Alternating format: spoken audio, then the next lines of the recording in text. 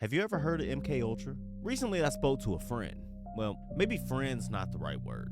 It's this dude named Dave, and he just kind of like walks the neighborhood smoking cigarettes back to back. Definitely a chain smoker. I don't know, he's always seemed weird to me. Just the other day, he walked up to me and asked me if I had a cigarette I could give him. Me being the guy I am, I don't mind speaking to homeless people. I'm not the type of person that's going to give them money, but buying food, giving them a cigarette, I understand what it's like to be in a really bad situation. So I gave him a cigarette. And as we were sitting there on my porch, we started talking. He asked me what I did for work, and I told him, and he was like, that sounds kind of boring. It does. I work in IT. It's nothing crazy about that. But then he asked me what I did for fun. So I started talking to him about all these conspiracies I talk about on this channel. What he told me blew my mind. So he asked me if I've ever heard of Project MK Ultra. Of course I have. What good conspiracy theorist hasn't? He looks me dead in my eyes. In this half mutter, half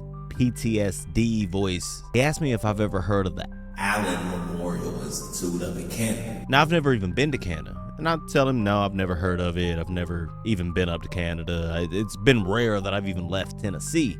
And he lets out this long sigh. He takes a long drag of his cigarette before he leans in. And then this disconnected voice. It was like he was having a PTSD moment. A classic one from the movies. And he says, frying people's minds up there. Dosing them with LSD, doing shock therapy, all the works until they couldn't even remember who they were anymore.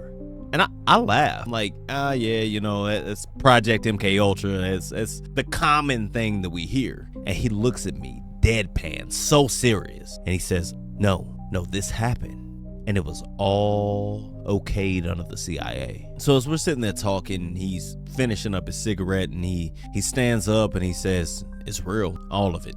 All of it's real. I have this ramp to my porch. You kind of walk up this ramp to get there.